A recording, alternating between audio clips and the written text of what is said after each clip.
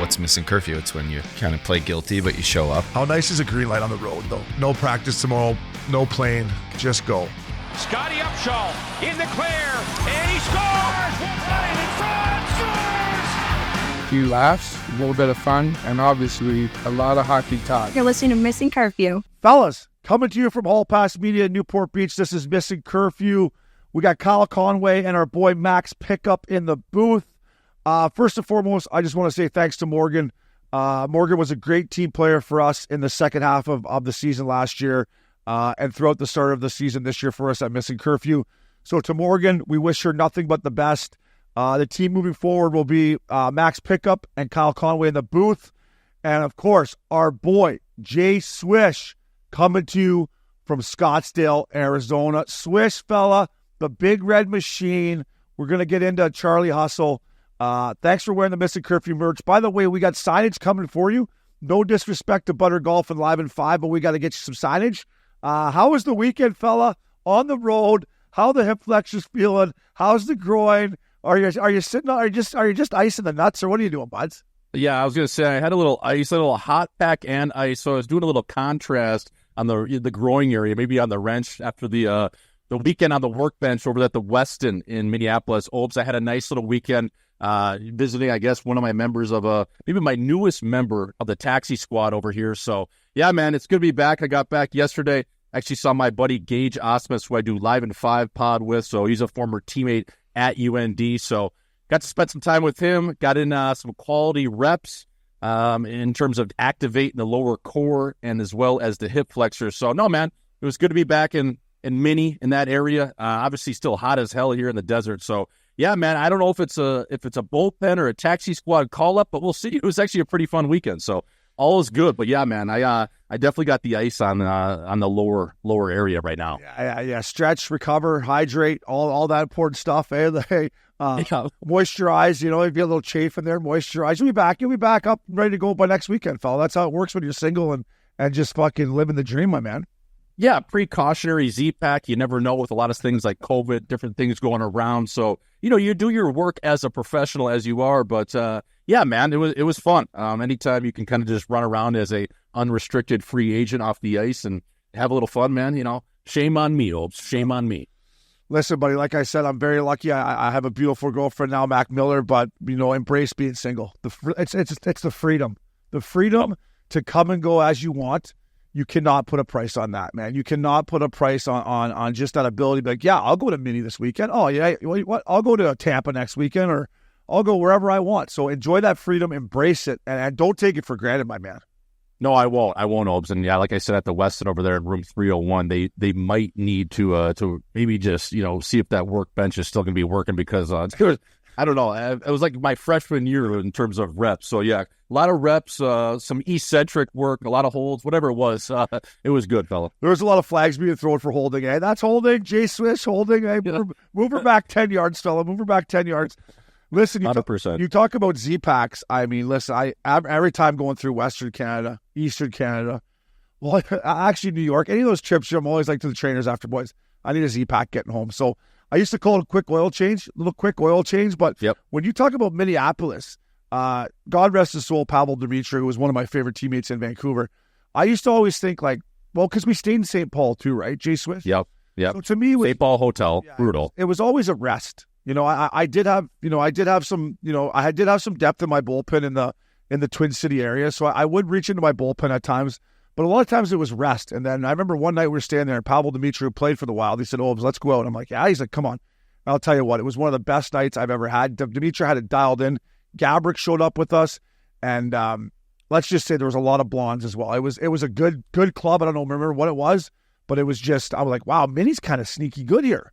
Yeah, it's not bad. I mean, it's not like Chicago, but it is for a Midwest city. It's pretty decent. But you mentioned the St. Paul Hotel. Oh, my God. Talk about thin walls there. Yeah. You would get in there at around midnight, and all of a sudden the boys would be firing up. Well, at least in my day, it would be like a Tinder app or a DM. And all of a sudden, you would just sound like Monday Night Raw on just right on floor 8. It's like, Jesus Christ. Who's whacking there? What's going on here? Like, Jesus. So it's like thin walls, headboards going everywhere. But, yeah, you mentioned Minnie. Like, it's not bad. Like, you get around Lake Minnetonka, there's some nice areas. The people are great, my kind of people. So, Yeah, man. It's anytime, like I said, especially at this time of year in the fall, get the mini, hang out a little bit, see some buddies. It's good, man. Yeah, and I mean the summertime's there, much like Ontario, they're beautiful. Like so many lakes. Head to the cottage or lake house and have a time. So mini, lots of people listen to our podcast for mini too. So we appreciate the support. When you say at Weston, I just always remember. Boley, Dave Boley, and his goddamn beauty. We had to fly from Washington all the way to Vancouver. It doesn't get much farther. And Boley was sick of staying at Weston's hotels. He had just had enough. He came from Chicago where they stayed at the Four Seasons and the Ritz and the Peninsulas and all those ones. And you know when it's just dead quiet on a bus after you lost and flew, and he's just like, let me guess, we're staying at another fucking Weston, aren't we? And me and Updog and Thorny are in the back, and I, Willie Mitchell, and we are trying not to laugh, but he's just like, let me guess, another fucking Weston. And we pull into the Weston Bay Shore, and the boys just start fucking dying. But I didn't mind a good Weston. Heavenly beds, they used to say. The heavenly beds. I didn't mind them. No, it's not bad. I mean, no. It's okay. It's not obviously what you mentioned there in the ladder in terms of a true 5 diamond hopes, but for an American League hotel, that's about as high end as you're going to get. For a National League hotel, yeah, of course the boys are going to be bitching about that because that technically is like a 4 and a hook diamond. It's just not what it could be, especially when you're playing in a spot like Chicago where Dave Roland Bolin was and won a couple mugs. Yeah, listen, I stayed at a lot of Westons. When I played with the Preds, we put us in Westons. When I played with Tampa back in the day, they put us in Westons. The best team for hotels was Vancouver. They would put us always, Ritz-Carlton, Four Seasons, Peninsula in Chicago was my favorite hotel back in the day. So I got no problem with the Weston fella. So I'm glad you had a good trip. Way to represent the club being single. Way to keep us in the mix, fella. We need that. Every good team needs a good single guy mixing it. So way to keep the energy up for us. Speaking of energy, the NHL announced that there will be like an NHL Red Zone on Amazon Prime. Now, I asked Princey to do a little, not a deep dive, but a little dive because I could have swore, Jay Swish, that back in the day, talking to the Updog on this podcast, that I had mentioned that the NHL needs something like the Red Zone. And for me, I thought it would be, when they turn to power plays or empty nets, goalies pulled, or 5-on-3, anything like that happens. So I'm glad they're going to do it. The guys that are doing it are Johnny Forsland, who's unbelievable, Messier, Thomas Hickey, Jody Shelley, legend, and Shane Knighty, who's an absolute beauty. So I like the people that are going to be doing it, but this is the type of stuff I'm talking about, Jay Swish, like outside the box, trying to make our game better on TV. We all know live it's unbelievable, but we got to start making it better for television, and hopefully this works out and does that, my man. Yeah, Johnny Forsland, great on the call, a.k.a. Johnny Foreskin. He's unbelievable. He's one of my favorites. But you mentioned it, Opes, like, what is this exactly going to be? Is it going to be similar to a spinoff of what Frozen Frenzy was last year with ESPN, when they kind of had all the games going on, and then they would kind of feature, teams maybe hemming a team down low, like you said, a power play or a 6-on-5 empty net situation. So what exactly is this going to entail? Because to me, it kind of just seems like it's like the Frozen Frenzy where last year they had all the teams playing on one day, and then they were showing, just like you said, power plays or maybe, chances for teams against teams. Because as you know, fella, a lot of times a good crispy goal in the NHL and the National Hockey League starts on your own goal line where it's a middle bump, it's out to the wing, it's a 3-on-2, all of a sudden it's a little, hey, how are you, cross the box, one-timer, bang. And so how are they going to format that? Because it's not like it's like the NFL where you just have a team driving down, get inside the 25, and then ultimately get 6 or 3 points. So how are they gonna shape this out, you think? Yeah, that's a great question. And a lot of goals do start from behind the net, or in my case, a lot of non-goals. I would come, finally make a nice crispy pass through the guy, hit the center, hit the Fact Daddy through the middle.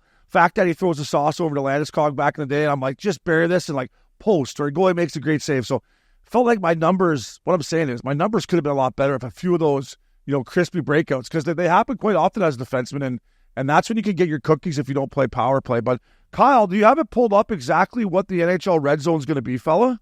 Yeah, so I'm looking at it here. They're calling this Amazon Prime Coast to Coast, which is a nice little name, going coast to coast. But it's going to be weekly, starting on the 10th, and it's kind of like a whip around kind of style like they do with the NFL. But what I've been reading is if there is a goal scored, like you're saying, Jay Swish, they're going to bring that back to how it started, like you said, behind the net, and break it down exactly how it goes down. They're saying live tie-ins to games, highlights, celebrity guests, and they're going to be using this like NHL Edge, which is like a statistics thing for all the stat geeks out there. But it sounds like it's going to be great. And I'm hearing Blake Bolden too is coming in, people like that. So they got a good crew. Listen, the Frozen Frenzy was too much too Yep. soon. It was just, I turned it on, it was just chaos. Every fucking team was playing. And by the way, as a guy who likes to put a little scratch on the games, there's too many games. I'm like, who am I betting tonight? Like, you can't have that. So I thought that was a good try by ESPN, but it was just, like I said, too much too soon. For me, also, if there's fights, you got to, the NHL Red Zone, if there's a fucking good fight, Rempe starts chucking them with Delorier, they got to go to that. You got to represent these guys, or a big hit or something. I'm sure it'll be a work in progress, Jay Swish, but like I said, this is the type of stuff I've been dying for the NHL to do. Just think outside the box, because we have to start growing our game better on television. That's the God honest truth. The ratings were great last year in the Stanley Cup Final. I believe there was more people watched on ESPN than the NBA Finals. So we are growing, but I still think there's room to make our game better on television, and I hope this does this. Yeah, I just think in a sense of if they do bring in guys to break down a play, say how it happened from, like we said, out of your own corner, 200 feet and ends up in the back of that. Why did that happen? Was there a bad step up or a bad pinch? Was there an F3 that maybe didn't cover his man and kind of got pulled into a pile and ultimately led to an odd man rush? So I think there's ways to articulate the game and explain hockey, because, to the average fan watching hockey, none of this would make sense to them. But if you kind of break down exactly why goals happen and the pace of play, the fights, the hitting, it just adds another element of educating people that may be non-traditional hockey fans in markets, say, like in Arizona here, or maybe even Southern California, where, they go to games, but they don't really know exactly what's going on. This is a way to bring people in, educate them, and now you're like, oh, wow, okay, I see why this happens. Oh, that's a really good middle pop there, right to the nipple of the ice in terms of the dot play. You get out there. So there's just different ways to, I think, showcase the game and educate people. Yeah, I'm with you. I would say make it fun, though. Let's not make it like, no disrespect to coaches out there. Coop, I love you. Chief, I love you. Greener, I love you. Talks, I love you. But let's not make it like nerdy coaching style, right? No. Like, let's not make it like, here's the F1, hits the guy in the middle. So, like, let's make it fun and similar to what the TNT boys do. When they break stuff down, they seem to make it a little bit more fun. But I'm with you. I think it's an element where you can explain to the fans, hey, this is what happened from an ex-player's perspective. This is where he should have been. Or if it was a bad bounce or something, hey, it's not his fault. That wasn't O'Brien's fault. Bounced over his stick. Jay Swiss came through the middle and put her home. That's not on Obi. That's a bad bounce. Or if the F1 doesn't grab his guy. But to make it fun, and you can, I just think you can make it fun and educational, I guess is where I'm going, Jay Swish.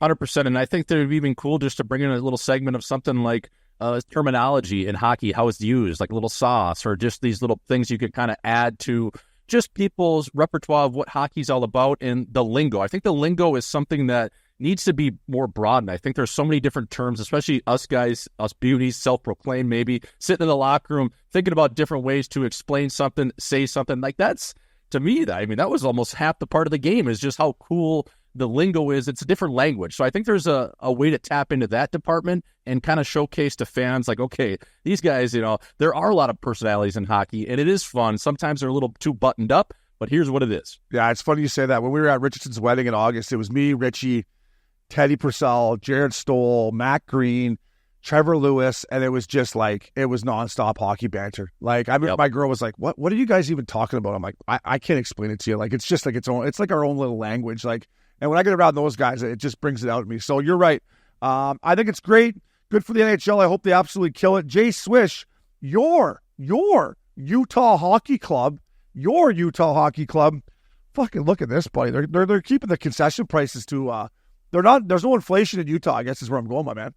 No, I mean, they got the old Plato's Closet, the Aldi prices over there in Utah. They're really bringing it down for the people in Oaks. That's good to see, because when you take a family of four to a game, say it's $200 per ticket, now you're all in for $800. Now you got to park, that's another $50. You got to buy a jersey, maybe some nachos, obviously popcorn. You're all in for $1,000 night. And if dad wants to hit the piss in terms of get a couple drinks, well, if he's getting a double, that's a $50 drink with a tip. So it's at least good to see that Utah is kind of playing it back in terms of they're almost going to like an Augusta model, where the concessions are very cheap. They're very family and fan-oriented, to in a way where, you're not going to break the bank, and you can get the family in and out of there, the concessions for $20-odd bucks. So it's cool to see. More arenas should do this. And like I said, just me personally, when I go get that double Don Julio tequila, that's going to cost me $45. At least I know I can get a water for $2, right? Yeah, you got to get that water in you too. I saw your boy. He's like, he said the same kind of thing. He tweeted something or posted something out on X. He's like, at least when I buy my $36 double tequila soda now, I'll feel better about my water. But no, I think it's great on him. And you're right. I remember when I went to my first hockey game after retiring, it was back home. I went to grab a beer, like $18 beer or something stupid like that. I was like, how do people, like you said, if you're a family of 4, you come to the game, you get the kids something to eat, the dad wants to grab a beer, the mom wants a glass of Chardonnay, you're like, holy fuck, what's going on here? So good on Ryan Smith. And listen, I saw Spicy Tuna take a warm up again, this time in the home whites, which I love too. I like the home whites. That hair is fucking flowing. It's like, what's his name from Dodgeball? Ben Stiller's character. What's his name? I know you're going to know. Well, that's White Goodman, and that's Feather. White Goodman. It's Feather. It's Feather. Yeah. Nice? Whatever so Spicy Tuna told me he was putting a little Gorilla Glue in that mop. Now, that is not LA looks. That is not stock. That's something that he's probably bringing in and importing into Utah. I'm not sure where he's getting that, but yeah. Did you see him too, cutting on his edges like Tuna's? He was spinning like a top out there. Like, his feet look good, his hair looked good, his beard looked good. Like, this guy fucks. Yeah, like, listen, I just wrote that down. Tight turns. I go, well, this guy looks like he could be working the half wall here. Hey, tight turn. I love you, Spicy Tuna, but when you got nobody checking you, it's warm up. You got a little more time and space than you do in the National League. But he did look like he'd been working on the edges in the offseason. He did. Are we going to see a couple cutbacks from Spicy Tuna beating a guy off the wall this year? Like, I mean, fuck. I hope edges look good. Yeah, comes in, gets the blue line. Hey, a little tight turn. Check yourself in the glass. Will look good. A little backhand sauce to whoever's on his line. Lawson Krause. No, he plays on the second line. But somebody that plays on the fourth line with Spicy Tuna, I like to see that.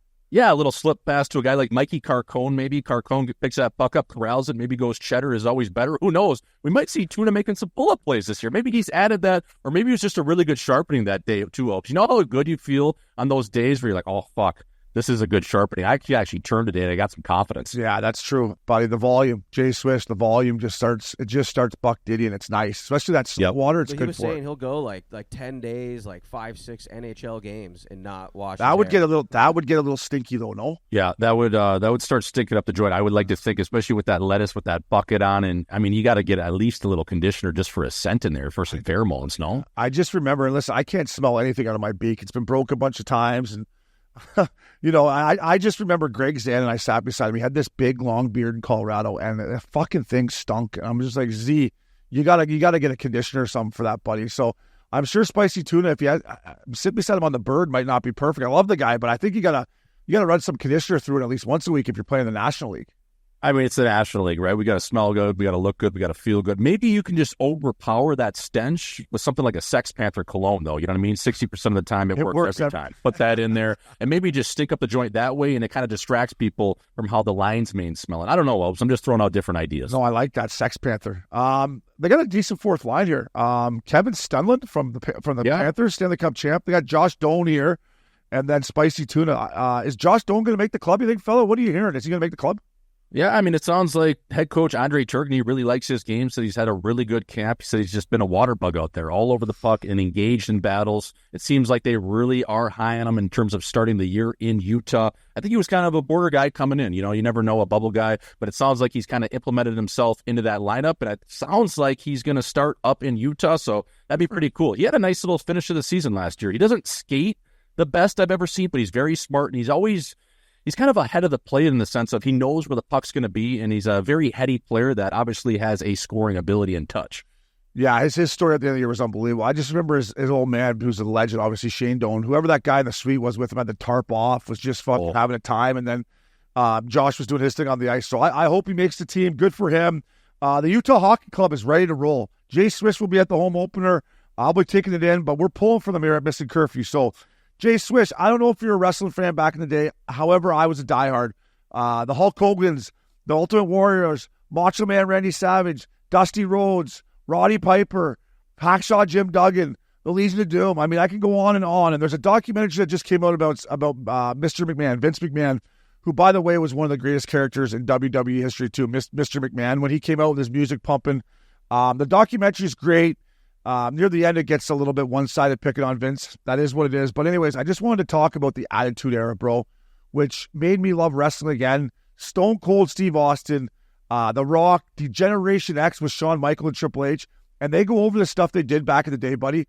I forgot how, well, nowadays it wouldn't be on TV, but I forgot about how, like, I don't want to say offside because it was unreal, but how, like, raunchy, I guess, and, like just over-the-line stuff they did. The WWF or WWE Attitude Era, buddy, I was living and dying. Raw as war. Austin 316 says, I just whooped your ass. I mean, it was unbelievable. So if you're a wrestling fan out there and you haven't seen the documentary yet, or even if you're not, it's unbelievable. It has all the big boys. And that era, Jay Swish, was money. Oh, 100%. And that was, I was growing up in that era, kind of the latter half of it, kind of winding down. But I do remember watching those guys. Obviously, the Hacksaw Jim Duggan's one of my favorites. But you know you're a nail gun when Stone Cold Steve Austin came out a couple days ago and says he does not believe in CTE. I mean, this guy is above science. That is how you know you're nails. So, you know what? Even if he does have it, I don't have it, it's not real because I'm that fucking tough. And that's exactly what he was. You come out there and just pound those beers together, get the people going. They were so jacked. And for people that aren't huge wrestling fans, Obes, and they see it, they think it's all scripted, those guys still take a fucking beating, man. Like, they go out there and, yes, they do act a little bit, but you're still getting hurt and put your body through the ringer. Oh, yeah. I mean, they used to wrestle, like, at the start of the documentary with, like, Hulk and Macho Man, they wrestled 7 days a week. They had to get on the road. And even through Stone Cold and Bret the Hitman Hart in that era, too, those guys were wrestling, like, 7 days a week, man. It was taking a toll on their body. Obviously, the juice with steroids were running wild through the whole WWE, but it's a great documentary. I just remember when Stone Cold at the Joe Louis Arena drove the beer truck right out to the ring and then had the hose full of beer and just fucking hosed Vince McMahon down with all the beer. And then my other favorite little clip back then was when Vince McMahon was in the hospital and Stone Cold comes in dressed up as a nurse and just starts hitting him over the head with his bedpan. I mean, that was just must-see TV.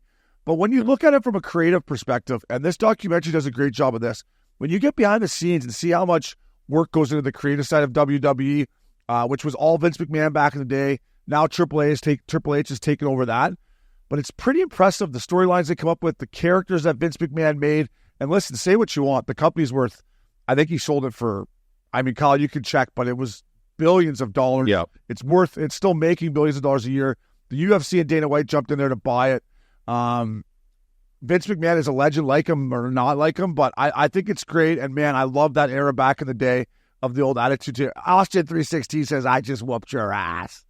And I love how Vince McMahon used to walk into the arenas, too. I mean, it looked like you had to wheelbarrow his moves. No chance. It's like he's just carrying a big old set of nuts. Yeah, I got the wheelbarrow coming in. It's like, holy fuck, this guy, he's ready to go. But you make a great point, Obes, like the storylines behind the characters, the entertainment business, what they had in that era was truly special. And, man, if they could somehow recreate that and bring it up to that level and that level of par, like, dude, I mean, I've been to a ton of WWE events over the years, and it would be cool to just kind of have those characters back into play because that was an all-time era, fella. Yeah, it was unbelievable. So if you're a wrestling fan, or like I said, if you're not, check that out on Netflix. It's a nice little 6-part doc.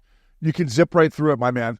Jay Swish, you got the big red machine hat on, the Cincinnati Reds. It's just, I guess, ironic, which, by the way, I saw Alanis Morissette. Speaking of ironic, I saw her at, she fucking strummed it, dude.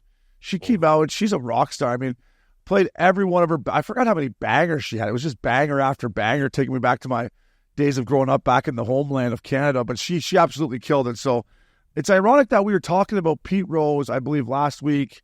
I watched some of his old documentary that I think Pick told me was on Max, and he said in it that, I hope they put me in the Hall of Fame, the Baseball Hall of Fame in Cooperstown before I die. Well, unfortunately, that's not going to happen. I believe Pete was 82 or 83 years old. We lost him. Old Charlie Hustle, all-time hits leader, all-time beauty. What's the nickname you got for a fella? Well, first of all, I want to touch on Alanis Morissette because, oh my God, she has got a voice of Fergie and Jesus. It's like rain, like all the time. Is that from White Chicks when those guys are singing it? I've never seen. Dude, tell me, is that movie? My girl Mac Miller says that movie's good. Is that movie can't be good? Can it? Dude, it's good. Yeah, you got to watch it. It's sneaky funny. Yeah, it is. Yeah.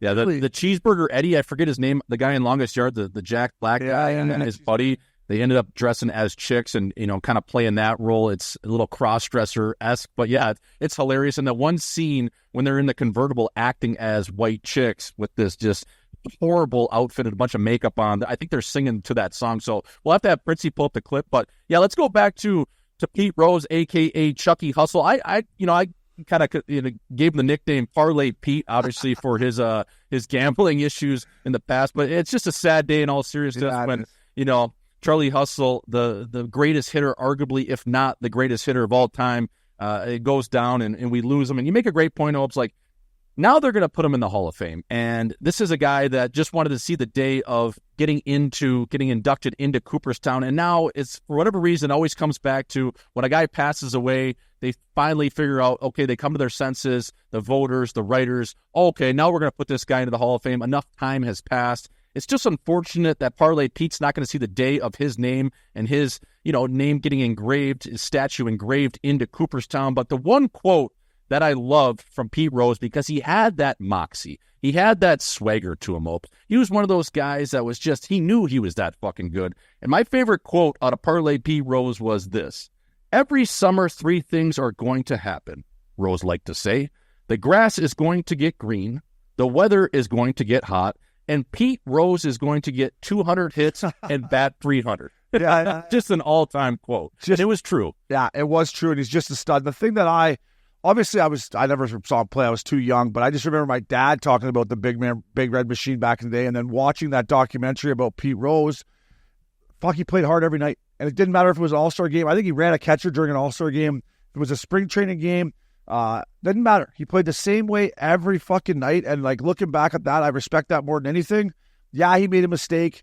Obviously gambling on baseball. Like we said, he bet on his own team. If he would have bet against his team to lose, that's unforgivable. But like you said, it's too bad. He's not going to be able to, do it when he's alive. But I hope they still put him in there. When he's looking down, he'll get the respect he deserves. But Pete Rose, our condolences to the Rose family. The guy was an absolute legend, and we will miss him. NFL Week 4 recap.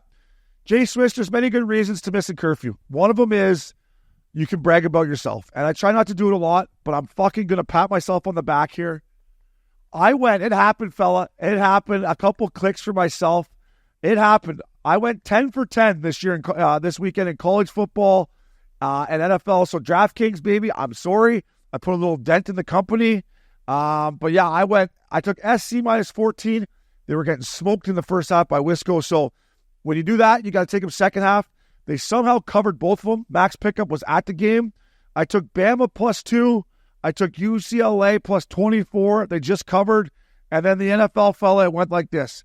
Thanks to you. Bengals money line, Chiefs money line, Texas money line, Ravens money line, Niners minus 10, and then to cap it off in the Sunday Nighter, Lions money line, and then last but not least, you're the best, O'Brien. You're the best. I won my fantasy too. So I'm bragging. Sorry, fellas, but a weekend like that does not happen very often.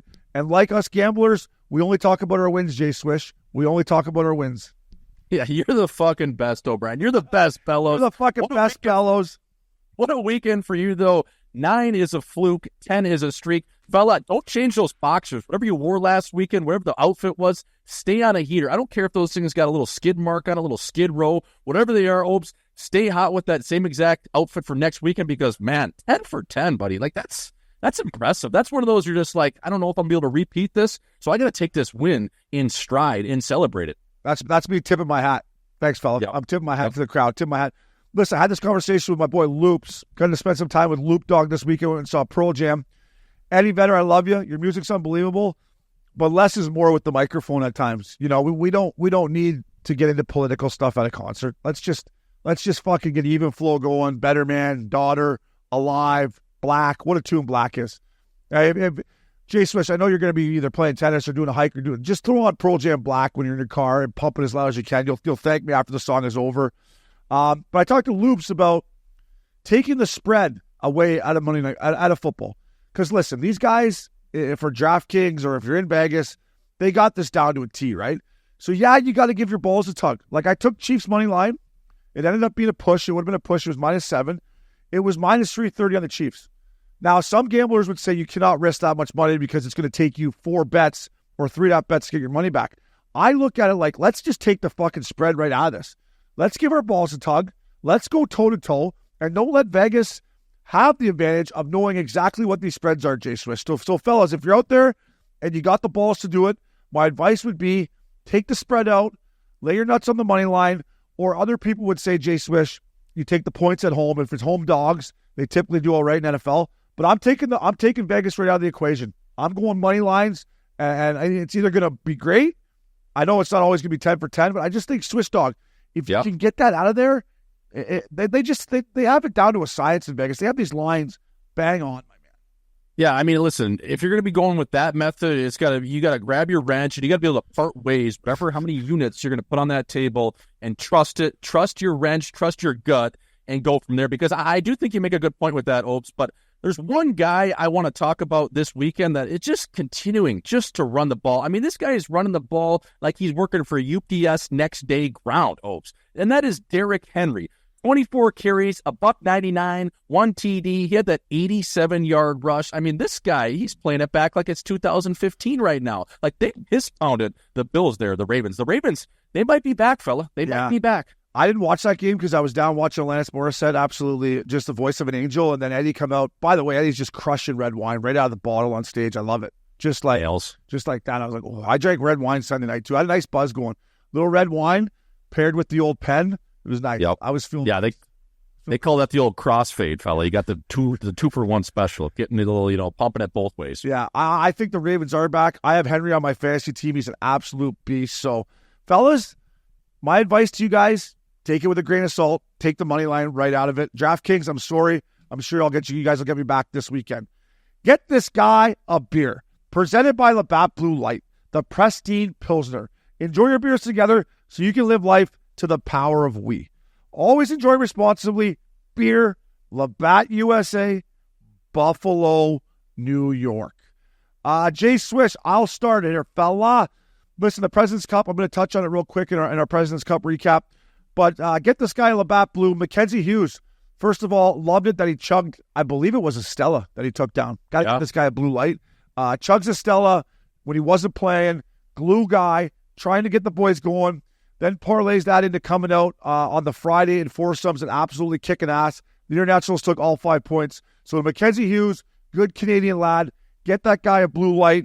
And then our boy Keegan Bradley, good fella, good DraftKings guy. He's going to be the captain of the Ryder Cup team moving forward here at Bethpage in the summertime of 2025. He gets the winning point. Emotional. You can see how much it meant to him. They left him off the Ryder Cup team last year that we all saw in the Full Swing Netflix document. That was an absolute joke. Keegan should have been on that team. So, Keegs, I'm sure you had a lot of blue lights, but get one in you, fella. The clinching point, you broke my heart. Those two golfers deserve some blue lights, Jay Swish. 100%. And obviously, Keegan Bradley, the people's golfer, Where's Jordan, plays at the Grove 23. One of my favorites. Just one of those personalities you love in the game.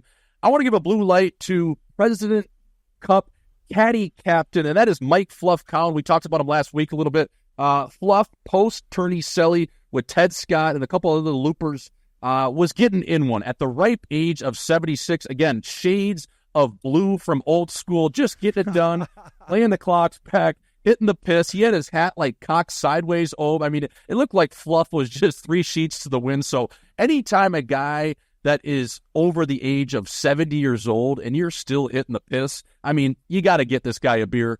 And my other one, I want to slide it to the ice, is actually Jeremy Brodeur, son of Devils legend Marty Brodeur. You might have heard of him, folks.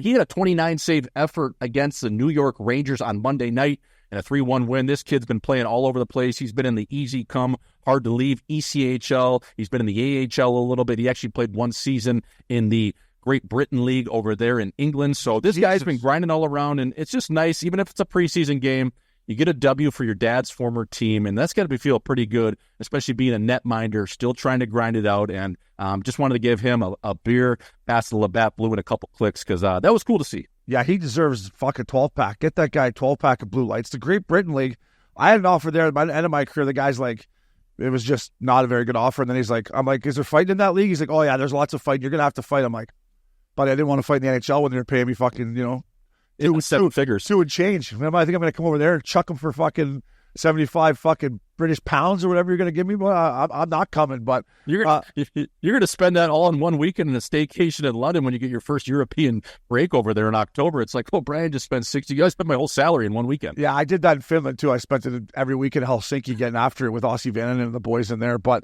I'm with you. I saw that he was playing for the Devils. It's nice to see that Brodeur name across the back of the old tarps of the New Jersey. It was the Devils, right? Yeah, Devils. Yeah. I did not know his story of being in the easy come, hard to leave league, going over to Great Britain and playing. So good for him. Good on you, Jay Swiss, for giving those boys some love. That's what Missin Curfew's all about, fella. The Journeymans. Listen, there's the greatest league in the world is the NHL and all the stuff that comes with it. But there's another side of pro hockey that people don't get to see all the time and people forget. And that's a guy who's been on a journey. So good for him. Last one for me. Get this guy a Labatt Blue. Sean Couturier. Coming in for the Russian guy who's been absolutely lighting it up. How do you say his name? Michkov? Yeah, I think that's right. Is that how you say it, Kyle? Michkov? Yeah, this kid, we're going to get into him in our Jagger Iciest Shot of the night, but this kid looks like the real deal. Left-handed shot, sees the ice well. I like his style. I love playing with Russian guys. I got along with all of them. Anyway, Sean Couturier coming in, stepping up for this young kid. That's why he's wearing the C. We all know what happened last year at the end of the year, Torts. I still think he made a mistake scratching this kid, which ended up costing the Flyers the playoffs. Good for him. That's why you wear the C. Get Sean Couturier blue light, sticking up for the young rookie Russian Jay Swish. I love that shit, fella. Yeah, I don't know if Coots exactly that's how he planned out his evening, going there and then chucking in a preseason game. No. But anytime a young Russian take liberties at one of our young players, especially one of our European stars, rising stars, well, you're going to have to answer the bell. And that's what a good captain does. Did he want to do that? Probably not. But that is the code of hockey, Opes. That's being a good leader, and that's showing a younger player, hey, fella, we got your back in here. We're going to rally around you, and no one's going to take runs at you. And if they do, they're going to have to answer to me or someone like Nick Delorier, one of our big boys, and that is how winning cultures are started and bred, and it's good to see, and that's just what your captain does, man, especially when he's on the ice like that. Good for him. Yeah, well said, and that's just Philadelphia Flyers hockey too, right? Jones loves it, DB loves it, Torts, I know Torts loves it, and I'll tell you what, I haven't watched a lick of preseason. Actually, I watched the overtime last night, McDavid and Draisaitl. My God, were they buzzing. I mean, my God, good for the guys in the Canucks the Canucks had nobody playing. These young kids, they hung in there pretty good, but McDavid got it through like a little backhand sauce to Draisaitl coming in, like just inside the blue line. Lehkonen made a great save, but I haven't been watching much preseason hockey. I just didn't like playing preseason. Not going to watch it. Lots of fights though. Lots of fights. Now they're not Big Earn versus Colton Moore back in the day. They're not the old punch your face in the contest for 30 to 40 seconds. However, these guys are coming in trying to be physical. I would say the level of fighting has gone way down, though. Like, I see a lot of guys banana peeling, and they don't, bend your fucking knees, dig in, get that little jab going, get in and out, and fucking throw to hurt. But I love it. Fighting is always going to be part of the game, and these kids are coming in, Jay Swish, and starting to chuck and trying to make a difference to make a National Hockey League club. Yeah, and speaking of digging their edges, and one guy that was actually doing that in Montreal on Saturday night was Arbor Zakai, Wi-Fi. I mean, bringing the criminal element after Patty Laine went knee on knee. Sounds like Laine is going to be out for 4 to 6 months now. I think there's still some initial screening that needs to be done before they confirm that to the media, but it sounds like Laine is going to miss an extensive amount of time, but oh my God. What Wi-Fi did to that poor Cedric Pierre kid, the old French on French crime, I mean, he gave him the old quick start lawnmower, throw first, ask questions later. I think he pounded him with 2, dropped him a little bit, or that kid, and I think he kind of just lost an edge or maybe just dropped on his own. But, that's, he got fined for that. But, hey, as a coach once told me, Opes, sometimes you do a little bit something criminal, you get fined for it. That's kind of the best $3,000, $5,000 you could ever spend, because now the whole league's on watch, and especially across, province rival in the Toronto Maple Leafs original 6. Like, that's good on Wi-Fi for not only just taking care of his guy, but just, showing these boys, like, we're here to play too. Yeah, I love it. I guarantee Marty St. Louis covering that. He's not paying that $3,500 or whatever. The boys are paying that. The organization, I'm sure, will cover it. And if the organization's not covering it, Nick Suzuki and the boys, make sure the fine fund takes care of that. Because I'm with you. Preseason, obviously Lonnie's been through a lot of stuff off the ice. Guy does that. You don't ask questions. You just get in there and you start fucking chucking. All right? That's what it is. You did something dirty. I'm not going to square off with you and give you the chance. I'm coming in. The guy for the Leafs, whatever his name was, didn't really like it. He just kind of went, boy, this is not good here. So, listen, it's great. I can't wait to watch Toronto-Montreal regular season. Revo in the lineup. Wi-Fi in the lineup. Can't wait for Ottawa. My boy Brady Tkachuk is fucking chirping everyone in preseason. He's ready to rock. He can't wait to get it going. It's good for hockey. For people out there that don't think this fighting and physicality is not good for hockey, fuck off. It's great for hockey. It builds rivalries, and guys like us are talking about it. So I think it's great. Kyle, one last, get this guy a Labatt Blue fella. You want to dish one out? Yeah, I just had a quick one here for Sean Monahan. His first game back at home in Columbus. He had some cool quotes after the game, just in before the game, sitting next to Johnny Hockey's locker stall, and just kind of an emotional night for him. But, I want to put him up here and give him a beer because he got 2 goals in the third period. They got the win. And just some of his quotes, he said, "Not going to lie, it was pretty heavy night walking in and seeing Johnny's jersey hanging there for the first time.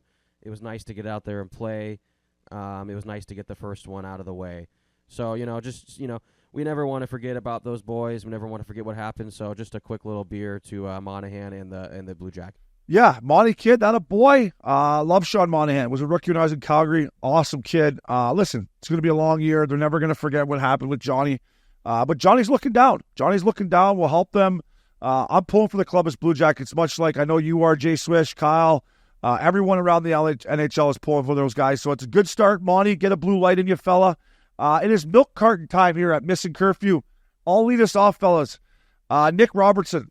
I like this kid. I think he's got all the tools. I'm just not sure he's got a tool shed yet. Well, we'll see if he can fucking build his own tool shed, but he's got all the tools. I think he can be a player.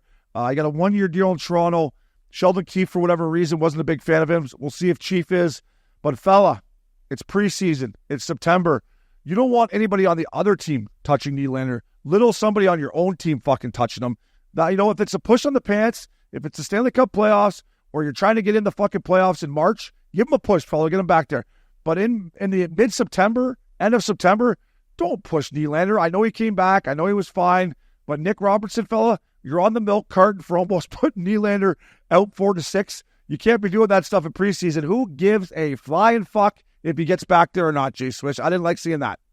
I just don't know what he was thinking. I mean, I get the idea, but if you're looking up and you're backtracking like that, at the National Hockey League level, it's all about counting numbers and colors, okay? So we have 2 guys back. They have maybe an odd man rush, or maybe it's a developing 2-on-1 or a 3-on-2.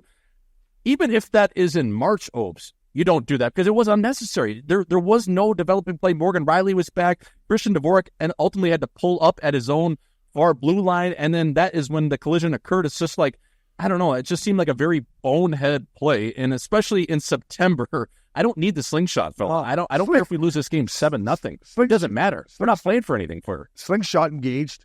Yeah, I was just going to say, we don't need to go Cal Knott and Ricky Bobby right now, boys. This isn't the Nextel Cup. If you can smell that delicious aroma, if you can smell that while we're coming by you, it's a little shake and bake, baby.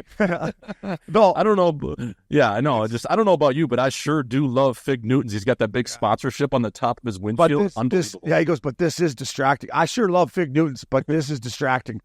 Listen, Nylander's lucky, man. Like, I didn't know. Kyle told me this morning when we were going to talk about this, when he came back in the game. Like I said, I haven't been watching preseason, but he's lucky he didn't get fucking hurt. And I'm just wondering what Nylander said to him the next day, right? Like when he got back to the rink, was he just like, "Hey, Robbie," whatever you call him, "Fuck, were you thinking, bud? Like, what? Like, don't push me from behind ever. I'm making 10 and a hook or 11 bananas here. Just leave me alone. I'll be all right. Listen, if I don't get back and I take the minus, I'm not going to miss a shift. So you don't have to be pushing me back. Maybe somebody on the 4th line, but just don't touch me out there ever." That's what I would say. Just don't touch me. Yeah, I mean, if that's Holmberg, and that's no disrespect to Holmberg, if that's him, we're not even talking about this, really. But if that's Willie Styles Nylander, a guy that's going to show up in a white beater and a pair of just baggy jeans looking mint, yeah, it's just not someone you touch in that situation, especially in September. The whole play was just idiotic, a bonehead play. But I think it's one of those situations, Obes, where I think Robertson called him that night to apologize.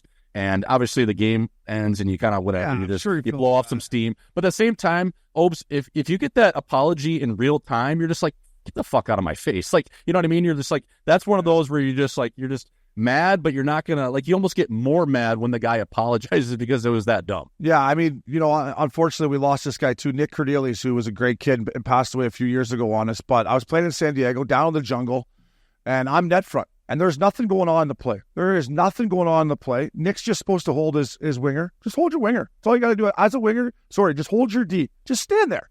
Don't fucking move. For whatever reason, he comes down the wall. I'm playing the guy. The guy passes it, hits his stick, fucking drills me right in the lip. Knocks my teeth out, cuts me for after the game, he said, "Sorry." I said, "I will let you know when I am ready to talk to you. I will let you know." I bet you it was 2 weeks. And then finally, after 2 weeks, after practice, I went over, I go, "Can I ask you a question? Like, what in the fuck were you thinking? Like, why did you come down the wall there and put your stick in that?" I had it. So maybe 2 weeks is too long, But, I just wasn't ready to talk to him is what I'm saying. I didn't want to talk to him after the game. My lip was hanging out. My two teeth fell out. I was like, dude, just no. All right? Leave me alone. 100%. I had a similar situation to O's with a goalie in Finland. You know when a goalie plays a puck off their blocker from a point shot and they're supposed to just kind of guide it out of play or to the back wall or maybe to the glass. But this guy, for whatever reason, kept punching pucks. So when it would hit him in the blocker, he would just punch it, and I would be boxing a guy out in front, say in and around the bottom of the circle, right around the hash marks. And I would look back, and he cut me 2 weeks in a row with the punch block right on my lip. I'm like, I went up to him. I'm like, are you doing this on purpose? Because we're going to have a fucking problem here. Like, I'm not going to sucker punch it, but if you do it one more time, you might just eat one just randomly walking around the locker room here on a practice day because you keep fucking cutting me. And are you doing this on purpose? What's going on? Why can't you just sift it out of play? Why are you punching the puck and it keeps hitting me in the fucking mouth? Yeah, you're like, is this an import thing? Did I take a job from your buddy? Was your buddy a defenseman here before I came? Because this is starting to get personal here, fella. This is starting to get personal. Yeah, it was crazy. I just remember him being like, you think I'm doing this on purpose? I'm like, well, dude, you've done it twice now. And I'm getting zips every time. And we're in Finland, and I'm not making enough dough to be getting zips every week here, fella. Yeah, you're like the vodka stings every night. I got to drink it on a Sunday with fucking stitches in my mouth, bro. All right, I'm just trying to catch a buzz here after a tough weekend in the old Liga. Chicago White Sox 41 and 121. Fuck, my God. You're on the milk carton, boys. I don't care how bad you are. That is a terrible, terrible season. So I'm putting the White Sox on the milk carton. And then Jay Swish, listen, this is talked about everybody. Jeremy Swayman, I was going to put him on the milk carton for turning down 64 bananas. However, his agent came out, wasn't true. Cam Neely, old Seabass, I guess it was 62.4, which I still think is enough money. This guy's only, been in the league for a couple of years. But this whole situation's on the milk carton. I can't believe this is going to, linger into the season. Who knows what's going to happen now? I mean, his agent comes out with a statement. They're saying Cam Neely lied. I don't know. Maybe it can be repaired. It is only business once the deal gets done. But I guess I'm just putting the whole situation on the milk carton, man. I can't believe it's gone to this point. Yeah, I mean, Swayman, 132 games, I believe he's been in the league for or played. Obviously had 43 wins, I think, last year. We'll have to check the Elias Sports Bureau on that exact number. But I think I'm right. The whole thing, though, Obes, is just a full-on soap opera at this point. I mean, you got Seabass in there, you got Swayman, emotions, and it's being taken to the public. It's never a good look when you're airing out your dirty laundry at the public eye. Like, at this point, I think, they'll probably take a couple days here. And I could see a deal getting done here at the end of the week, if I'm going to be honest. I think the final number will probably come around, again, that 64, or maybe it'll be 8 and a hook, 825, somewhere in there. Just get your goalie signed. If we're only a couple $1,000,000 off here, let's get it in the house. Let's get it done. Hopefully Swayman is back into the swing of things, can get a couple practices in, and they can have their starting goalie back. But yeah, at this point, it's just messy. It's emotions are being taken to the media, different things. It's just like, fellas, let's just get this thing done and call this soap opera, saga, whatever it's been. I mean, enough is enough, right? Cam Neely, Sweeney, Swayman, let's go, boys. Get it figured out. We're going to touch on bets next week, but I got a lot of Sajich on the Boston Bruins, so get it figured out. Jay Swish, it's the Jagger iciest shot of the night, fella. Presented by Jägermeister, served at 0 degrees Fahrenheit. Damn, that's cold. Check out Jägermeister at www.DraftKingsXJägermeister.com. Cheers, fella. Cheers, fella. Oh, damn, that's cold, fella. We got to get you one of those machines. Hey, there's right in the studio. Just go over there, fill her up. That's nice. There you go. I'm going back to Philly with the young Russian kid, Michkov. That's how you say it, right? Michkov? I got to get this kid's name right. He's going to win the goddamn Calder. I got to get it right. Michkov, OT winner against the Boston Bruins. First of all, great play. Boom. 2-on-1. Gets over the blue line. The D-man for the Bruins does a decent job. Kind of just slides in a little bit. Gives this kid more room to shoot. Boom. Pull and drag. Under the glove. Posting in. Damn, that's cold. I love the release. I love the patience. I love him taking the ice the defenseman gives him. That's stuff you can't teach, especially as a young player who is a pro. He's been playing the KHL. But what a shot. That's my Jagger. Iciest shot of the night, fella. It was a pure snipe. I just love the pull and drag. That's National League. Yeah, pull it in, drag it in, a little under the glove. That's a David Perron special. He's got that toe drag release down. And mine, I'm going to go up to Edmonton, Alberta, as I call it. And did you see Leon Draisaitl come down last night and tickle the ceiling, take a clapper from the ladies' tees, and just absolutely piss on it, hitting that twine. I think that's hilarious. I think it's hilarious every time a guy uses the clapper in a shootout hopes. I love it. I think it's just a cocky play, not in a bad way. Just I love it. The confidence to come home and just tickle the ceiling, get inside, the dots there, and just pump one. I just love that. Just piss pounded it. It's just a statement. It's just a statement that, listen, I just signed for 114 bananas. It's preseason. I'm just going to come in, start my windup inside the blue line, and let her release from the ladies' tees. And yeah, it was an unbelievable shot too. Like it was clapper, bar down, underneath, back bar and down. It was a statement though. I love when the boys come in and do the exact same thing that Jay Swish. To Draisaitl's credit, number 29. I mean, fuck, man, that was a hell of a shot. So I watched that probably 3 or 4 times. I was just dying laughing, especially in preseason. Like it doesn't, no one really gives a fuck, especially a guy making that kind of dough. But when you score on that and you put it home, it's even that much better. Yeah, well said. That was a Jagger iciest shots of the night. Tea Times presented by Adidas Golf. Real quick here, President's Cup recap. I thought it was a great weekend. Thought Montreal did a hell of a job of showing the love for sports in Canada. I thought the course looked great. I thought everybody had a great time. To me, still no Nick Taylor. Mistake by Mike Weir. I don't think they would have won because of Nick Taylor, but I just thought he should have been on the squad. Not playing Jason Day all day on Saturday, to me, was a mistake. I don't know if he was injured. I guess time will tell coming in on that. And the TSN turning point, a little reference for Bobby Weeks out there, the old TSN turning point in Graham Dillette, was the Saturday foursomes. I watched it all. They had them. They had a chance at one point to win all 4 of them. They ended up losing 3-1, and then heading into the singles at 11-7. You're just not going to beat an absolute loaded American team. And that fucking nerd biscuit, Patrick Kentley, is a goddamn machine. He made everything. Alexander Scheffler's a beauty. I love how he had his stogie just ready to rock as soon as they won. Max Homa crushing blue lights at the presser. So congratulations, Jay Swish. I'm over the President's Cup, though. I want to get rid of it. I want PGA versus Live every 2 years.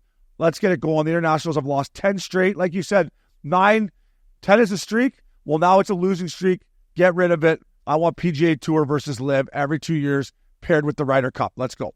Yeah, I mean, I watched a little bit of the President's Cup. It just doesn't get your rocks off in terms of the same effects as the Ryder Cup. I think, like you mentioned, a Live versus PGA would be the ultimate showcase of talent on talent and just a storyline and a way to really pump up and create that rivalry in between tours. So you mentioned that, but the one thing I did like out of the celebration with, Captain Jimmy 5-Hour Furyk we mentioned last week was the boys huddled up afterwards, got their picture, and they had the hockey tarps on. I think they were kind of just foreshadowing the ones that USA is going to wear for the Four Nations Cup, if I'm not mistaken, right, Opes? Is that right? Did they take I didn't see that. Did they tickle that? Is that a little teaser for the Four Nations? Well, they had the hockey jerseys on. They were in Montreal where the Four Nations is going to be. So I just assumed that those were probably the jerseys that the boys, snapping around come February for the Four Nations will be wearing. So those jerseys look crispy. They had the hockey tarps on. I don't know if it was just a Canadian touch, obviously being up there for the President's Cup, but I just figured, putting 2 and 2 together, that may be a little foreshadowing. I'm not sure. Yeah, you can foreshadow another thing. Us being at that game on the Saturday at the Bell Center, you can foreshadow that because I will be there, you will be there, we will be fucking drunk as a skunk, and then stay tuned. We're going to try to throw a little shaker after that game too, but we still got a lot of moving pieces on that. We'll get back to you on that one. But listen, I saw a couple of beauties there with the Canadian hockey jersey on and the old school Jofa bucket on. You just can't go wrong if you throw on the old school Gretzky Jofa, throw on a hockey tarp, and just go be the drunkest guy at the Ryder Cup or President's Cup. You're never going to lose. So to those two beauties, they looked unbelievable there. Lots of Canadian flags, lots of Montreal Canadian jerseys, lots of Canadian hockey jerseys. So listen, I'm with you, Jay Swish. It's no Ryder Cup, but I thought Montreal and the Canadian beauties up there did a good job of trying to make it a little bit more entertaining, but they were up against the wagon, like we said. So we will be right back with our DraftKings Metropolitan Division preview. Fellas, presented by DraftKings. Stay tuned because you'll hear more about DraftKings and all it has to offer throughout the show. DraftKings, the crown is yours. Jay Swish, my man, the Metro Division. Listen, before we dive into each team here, I don't know. I think this division is kind of wide open. Do you have that feel too? Like, I guess the Rangers, we'll get into the teams here. We're going to start with the Rangers, but does it have a feel of who the fuck knows what's going to happen? Like, I think I got an idea what's going to happen in the Atlantic. I don't know what's going to happen in the old Metropolitan here, fella. Yeah, I mean, you're looking at the teams like the New York Strangers. Obviously, you have the Carolina Hurricanes, and they've added a couple pieces to their lineup. The Islanders are kind of just same, but a little different. Then you have the Washington Capitals, who are kind of just like that, I don't know, just like an expiring, asset or a depreciating asset with a lot of older players, their influx of younger players. They get a guy like Pierre-Luc Dubois inserted into their lineup. So a lot of questions in terms of how that team's going to shake out. And then you have the Pittsburgh Penguins, who, again, it kind of same as the Washington Capitals in a sense of this team. They're old.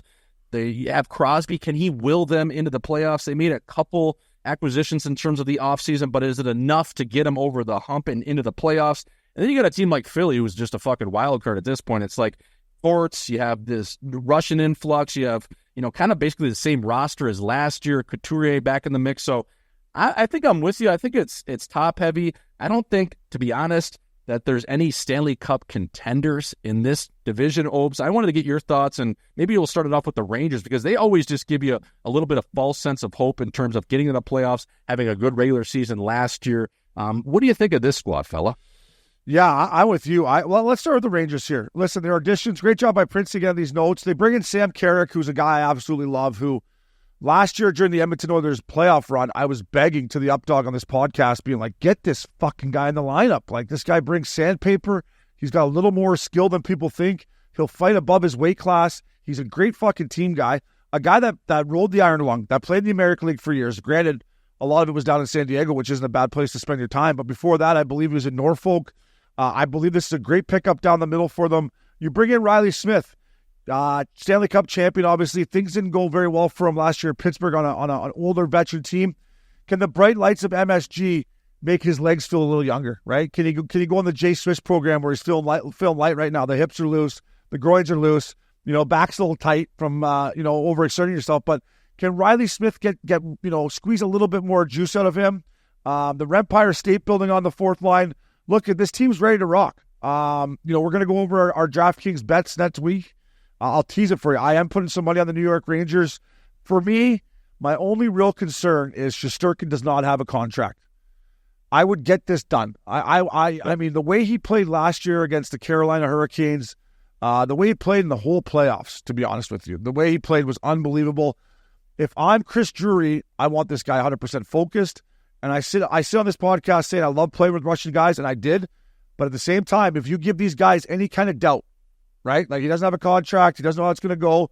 Maybe he just is not 100% committed. And I think with this team and the ability of this goaltender, I'm not saying he's going to do this, Rangers fans. I'm just saying from my history of, Ilya Brizgalov, for example. Briz, I love you. Don't give these guys a reason not to give it 110%. But if he's going, I would get him signed. I think this team's as good as any team in the Metro, and not only that, in the Eastern Conference. Yeah, I think, listen, they play with Case, Pistol Pete Laviolette, obviously a proven coach, a very good coach in the National Hockey League for years, Opes. My biggest thing for them, you mentioned Shesterkin, the goaltending situation. I always go back to, I think they're really good up the middle of the ice. Trocheck, I love that guy's game, and former 1993 product, so I played with Troch all the way growing up. Great player, but the one thing that always comes back to me with the New York Rangers is how's that D? And can you win with Adam Fox being your number one defenseman? Okay, he's a Norris Trophy winner. He's unbelievable on the power play. He can move the pill better than 99% of the league in terms of from the back end. But can he wear those big hits? Can he play 27 minutes a night? Can he get in there and be a force that you win with Stanley Cup defensemen, like a Victor Hedman and Alex Pietrangelo, some of these bigger body Obes that are guys that are 6'3", 6'4" horses, and when they do have to wear hits, well, guys just bounce off them. Can he go back for a puck for 4 rounds and move it up the ice and take those hits and take everything into account of what it means to be a number one Stanley Cup winning defenseman? That would be my only question in terms of getting the New York Rangers over the hump. And I want to get your thoughts on that. Yeah, that's a valid question. Listen, it's not easy to be that guy. It's not easy to be Victor Hedman. It's not easy to be Cale Makar. It's not easy to be Shea Theodore. And it's hard to win a fucking Stanley Cup. But when you're playing for the Rangers and you're the guy, eventually you have to take that step. I like their back end. Listen, Jacob Trouba takes some heat. Listen, he brings the fear of God into everyone out there. I got no problem with Jacob Trouba. Maybe he's making too much money. That's his agent's fault, not his. I look at this back end. Brandon Schneider, I absolutely love. Lindgren's a beast. Keandre Miller is an absolute stud. Zach Jones, to me, is a kid that undersized. Where I'm going with this is I think they're going to need to bring in another depth defenseman, which is easy to do at the trade deadline. I think Chris Drew will do that. Vincent Trocheck, to me, is a guy that has taken the next step, deserves to be a number one center. When I look at this team, do you need Panarin and Zibanejad? I know it's not easy to trade Zibanejad, but when I watched them play last year, it's like, do you need both of those guys? And Zibanejad, I think, can be better come playoff time. I don't know if he has it in here, but he's going to have to find a way if they want to get their ultimate goal. But when your two best players are both skilled guys and not physical, there's no Matty Tkachuk on this team. You know what I'm saying? Like, that to me is still a worry for the New York Rangers. Yeah, I think you make a great point there, and especially with Vincent Trocheck. Maybe those two guys that you mentioned in terms of their skill guys can take a little page out of Vinny Trocheck's book, because that guy, like we talk about on here, he plays with his nose over the puck. He's in the battles. He's in the corners. Zibanejad and Panarin, you make a good point. I'm not sure. I think they can get it done. Listen, I love their skill. I love what they can do on the power play, but I do think to get them over the hump, they might have to do something that they're not used to doing in terms of in their character, and that's bringing a little bit more physicality, a little bit more of an edge. And if they can do that, this team can make noise. I just think for me, I just look at their back end, and I just have a couple question marks in terms of their number one guy, and I do really like his game. He just doesn't have that nastiness like a guy like Charlie McAvoy or some of these guys. Yeah, and I question his foot speed at times, right? His boots are a little slow, if we're going to be honest. And if you're going to play into June, you're going to be banged up. Everyone gets a little bit slower, but I mean, to me, his boots are something that can he be the guy to get him like Cale Makar? We're not worried about his boots, are we? His boots are going. So you're right there. We will see. All I know is MSG in playoff hockey is fucking unbelievable, and they will be a playoff team, so that will be fun. Rod the Ball to the Carolina Hurricanes. Additions, Will Carrier. Love that guy. Played in Vegas. One of my favorite fourth liners. Sean Walker. Tyson Yost and Shane Gothlesbeer. Listen, I was all in on the Hurricanes last year. Sorry, Kyle. I was all in last year. I drank the Kool-Aid again. I thought this was their time. Same fucking problem. Couldn't score goals. Couldn't put the fucking Rangers away. However, it was Shesterkin absolutely robbing them. But same thing. It just was the same old Carolina Hurricanes to me. I think they take a step back. I don't think they're as good as they were last year. However, I hope I'm wrong, because I absolutely love Rod the Bod. But to me, when I look at this hockey club, still not enough firepower. I don't know. They're obviously a playoff team, but to me, I don't think they're a threat for the Stanley Cup, my man. Second, third round team. So one question I always have with the Carolina Hurricanes, especially the defensemen they've had in years past. Now, they do lose a guy like Brett Pesce. He does go to the New Jersey Devils, and they bring in a guy like Sean Walker to move the puck. They bring Ghost back in terms of Shane Gostisbehere. You have Jalen Chatfield, Dmitry Orlov, Slavin. I love his game. Burns, obviously a legend, Hall of Famer. But one thing when I watch them play, Opes, and when they go back for pucks, and it's been in their system ever since Rod the Bod's been there. And now listen, this guy seems like an unbelievable coach, an unbelievable guy you want to play for. But why do they go back and get pucks and they just rim everything? They never want to look for clean exits. Everything when you watch their team play, and especially at playoff time, is all on the yellow. So that's on the yellow dasher of the ice, and it's outside the dots where I think a lot of those guys could round the net and hold a guy off and make a slip play to the middle. Now it's a lot cleaner of an exit, and you don't have to win a battle, say, at your own blue line, and you're playing a chip game where you're kind of just beating it up the wall. I think they have a lot more skill back there than they get credit for or use. That's one of my things is why do they rim so many pucks is what I'm asking. Yeah, well, I'll tell you what. You could put Chatfield at the top of that fucking list for a guy who rims pucks. I mean, he was driving bonkers last year. I was just yelling at my TV, make a fucking play. You have time. Somebody yell time. You have time. But listen, you look at this back end, and this is why I liked them last year. I thought their back end was the best in the NHL. Slavin, Burns. Burns is no spring chicken anymore, but he'll get her done.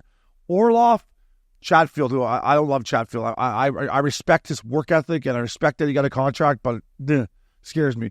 But Gothisbehere Walker as your 5'6", I mean, that depth is still unbelievable. That back end is as good as any in the NHL besides maybe Vegas, Colorado. I'd have to look around the league. Boston has a big old beefy back end. But I'm not doing it again, bro. I'm not drinking the Kool-Aid. I'm not putting my hard-earned fucking Missin Curfew money on this squad. I'm sorry, Rod the Bod. I'm not. I love the Hurricanes fans. They're unbelievable. Time will tell. I'm with you, Nick Swish. Fellas, you got more time than you think. A little D-to-D, hit the middle, hit the winger. Away we go here. Stop rimming the fucking puck. New York Islanders. I will say this about the Islanders. I saw a picture of Matty Barzal playing in what I assumed was the Islanders' golf tournament before training camp. Didn't miss many leg days, bro. Did not miss many leg days. His hair was flowing. His quads were like Marty St. Louis-esque back in Tampa. I remember when I first walked in, got traded from the Ducks as a rookie, and Marty St. Louis came with these little nut-hugging underwear on, and his legs, I was like, whoa, what do you, how? Like, what are you doing that I'm not doing? So Barzal looks ready to rock. Dude, I don't know. Jump in here. I don't know what to think about this team. I'm always pulling for Kevin Connolly. I love Patty Waugh, but I just think they are what they are. And Pierre Engvall, I still hate him. Draft neck, yeah. Yeah, hates a strong word. I dislike his game. I don't know him as a person. I dislike his game. But they're just going to be the same old Islanders. They're probably going to get in and then lose in the first round, right?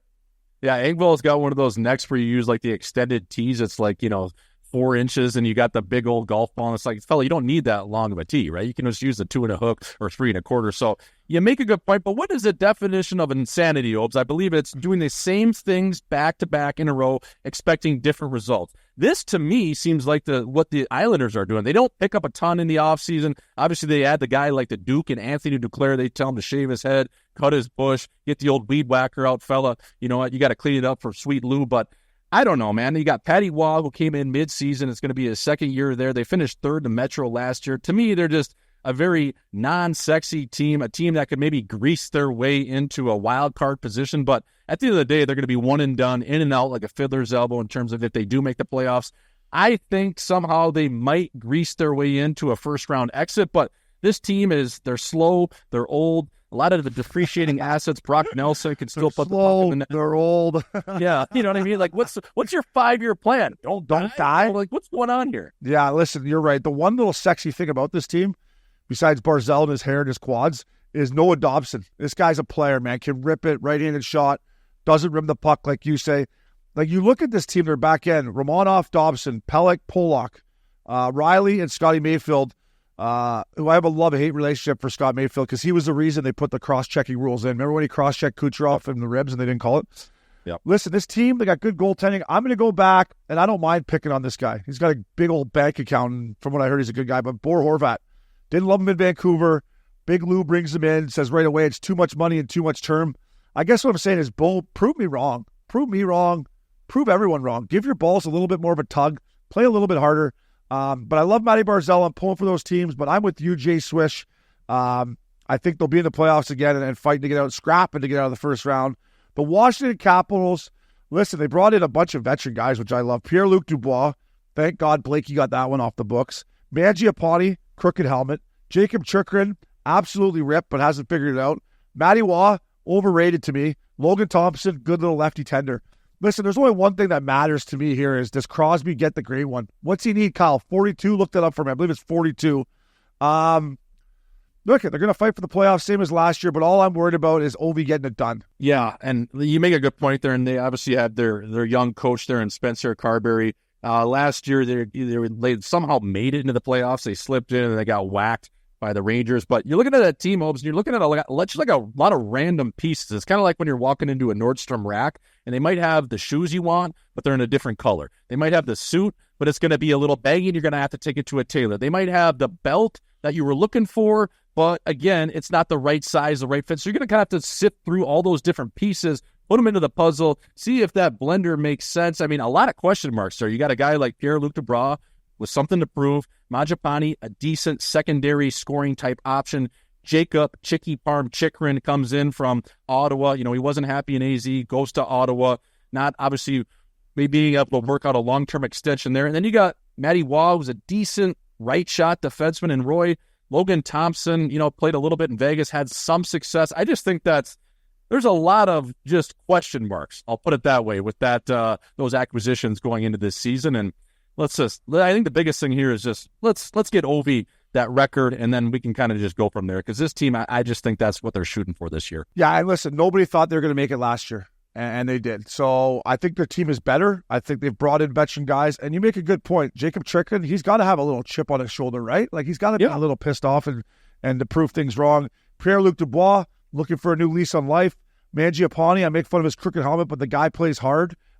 We will see, but I'm with you. The most important thing to me is watching Ovi, see if he can get off to a good start this year. Last year, came out of the gate slow.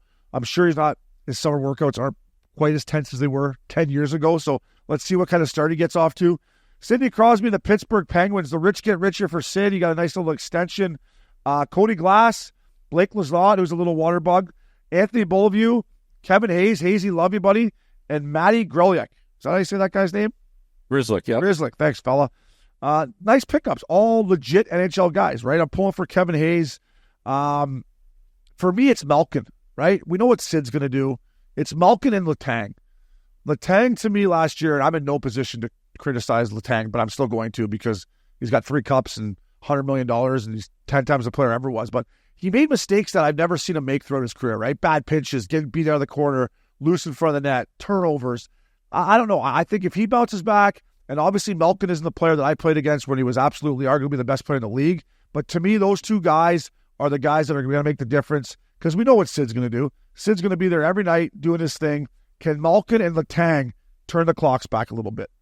Yeah, and a guy like Tanger too, Obes, sometimes when you're pressing it and you're fighting it, you're trying to do actually a little bit more and you get caught out of position. You start making those bad pinches. You're just gripping the stick a little bit tighter. You almost put yourself in a worse position, not letting the game come to you in a sense of trying to go out there and force different things, whether it's, again, a pinch or a play up the middle. So hopefully Letang can get back to, maybe a couple of years form ago, and we'll see if he can kind of anchor that blue line. One guy I want to just touch on a little bit is Mike Goodwill Bunting. Now, is he a guy that can come in there and kind of be like a Jake Gensel with Crosby? We talked to Rick Tocchet last week, and he always talked about getting twos together. So can Goodwill Bunting be that second option for Crosby? Can he score 30-odd goals and kind of get to that form of his first year in Toronto when he was playing with Matthews and Marner? So that's one key addition I think they got at the trade deadline last year from Carolina that I'll be looking forward to, just getting Sid going and really feeling good off the start. So those are that's one name I'm going to be looking for.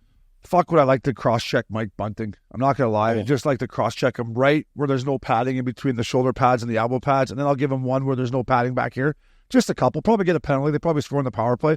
But when I look at this team, Beaulieu, Crosby, Rust, Bunting, Malkin, Raquel, Lizotte, Hayes, Glass, O'Connor, Lars Eller, and I don't know who this kid is. And then their back end, like, it's in between the pipes too, right? Jari, what is he going to be? Like, I mean, is he going to be, the Tristan Jari that they want him to be and they signed to a long-term deal, or is he going to be the guy that's been inconsistent the last couple of years? But to me, if everybody that they went out and got performs to what they've been in the NHL, I think they're a playoff team, and who knows when they get in. So I'm always pulling for Sid. He's great for the game, and time will tell. Mike Sullivan, Sully, going into his 10th season. Sully was my D coach in Tampa.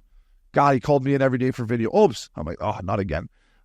Philadelphia Flyers, John Tortorella. Love you, Torts. Had a meltdown last year. Torts had a complete meltdown. I don't know what happened. He just melted down. Maybe it was a long winter in Philly.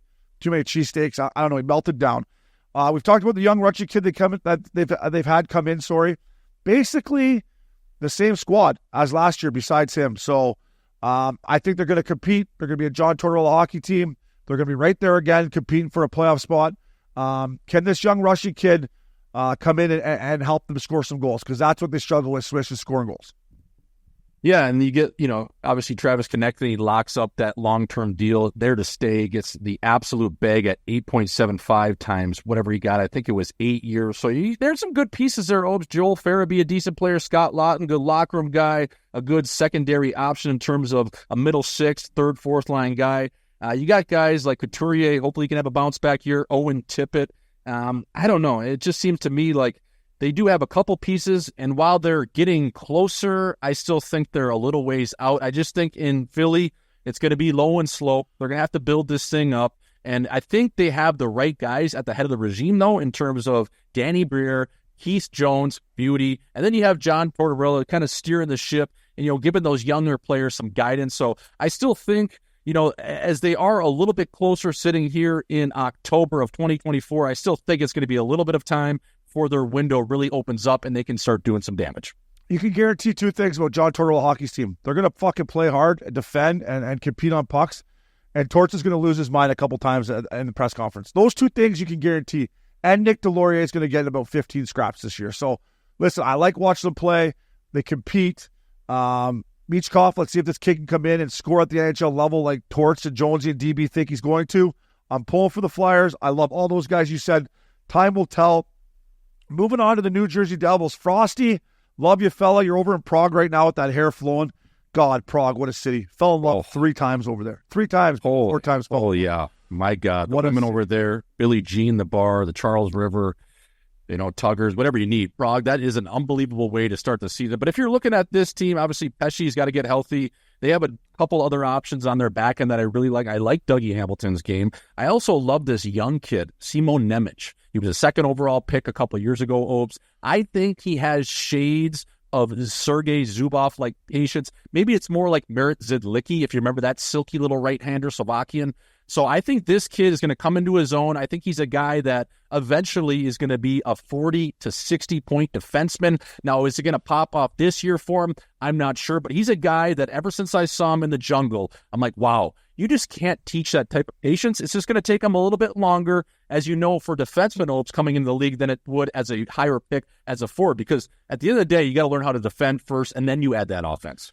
Yeah, exactly. To me, this is my wild card team in the whole Eastern Conference, not just the Metro. Like I said, I love Frosty. I love the moves that Tom Fitzgerald made.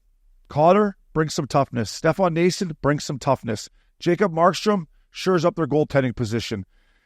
Listen, Timo Meier, another year in Jersey, hopefully comes in a little bit more comfortable, right? I mean, it was a big move for him from the West Coast over there. He's been there a couple years now. Let's hope he gets back to the Timo Meier that was in San Jose. Jack Hughes has to stay healthy. Love this kid. Love the swag on the ice. Love the swag off the ice. Has to stay healthy for this team to be where they want to go. If they stay healthy, Markey kicks, they got more sandpaper, they're going to be a good team. I still think, and I say this with no disrespect, but I still think their star players are a little too soft to win a Stanley Cup. Hopefully they prove me wrong. But to me, I haven't put any money on them yet. I need to see them start. But where I'm going with that, Jay Swish, is they're my biggest wild card in the East, and we'll see what Sheldon Keefe can do. But they have all the pieces, and Markey between the pipe, they could be a Stanley Cup contender. Last but not least, in the Metro Division, the Columbus Blue Jackets. Love Dean Evison. We all know what's going on with the loss of Johnny Hockey. It's terrible. It's going to be on their minds the entire season. I hope it pulls them together. I hope they rally together, play for Johnny, which I'm sure they will. Kyle gave Sean Monahan a Labatt Blue early in the show. Monty's coming in there on a nice 6-year deal. Adam Fantelli, kid I picked last year to win the Calder. Didn't have as good as rookie year as I thought. I'm looking for him to bounce back. I think under Dean Evison, they're going to compete, man. I think they're going to play hard. Their back end is a decent little back end here. I hope they play better than they did last year, and I hope they just rally around Johnny Hockey. Yeah, 100%. You said it well there, Robes. And just looking even just at the Metropolitan division, I mean, holy fuck. Talk about the heavyweight bouts that we're going to be having in this division. Because you have a guy like Matthew Olivier on that team as well. He is a nail gun. He's a sneaky tough guy. I mean, when he walks into a place like the Men's Warehouse, his neck, I think, is registered on a collared shirt at probably over 22 inches. I mean, that guy's traps, the way he can throw. You have McDermott. You have, obviously, the Empire State, Delorier. I mean, this division is just filled with heavyweights. But you're looking at a team like Columbus. Again, they're obviously the tough news, the devastating news to start the season isn't perfect, but I'm looking at a guy like Zach Werenski. Can he have a bounce back year? Obviously, a Gabranson, just a good old school right shot back there. Damian Severson, I think he's a pretty decent player. So you got some pieces there, some guys that have been there for a while. I just hope those guys are doing all right in Columbus, and I think it's probably going to be a long year there, but at least Dean Evanson,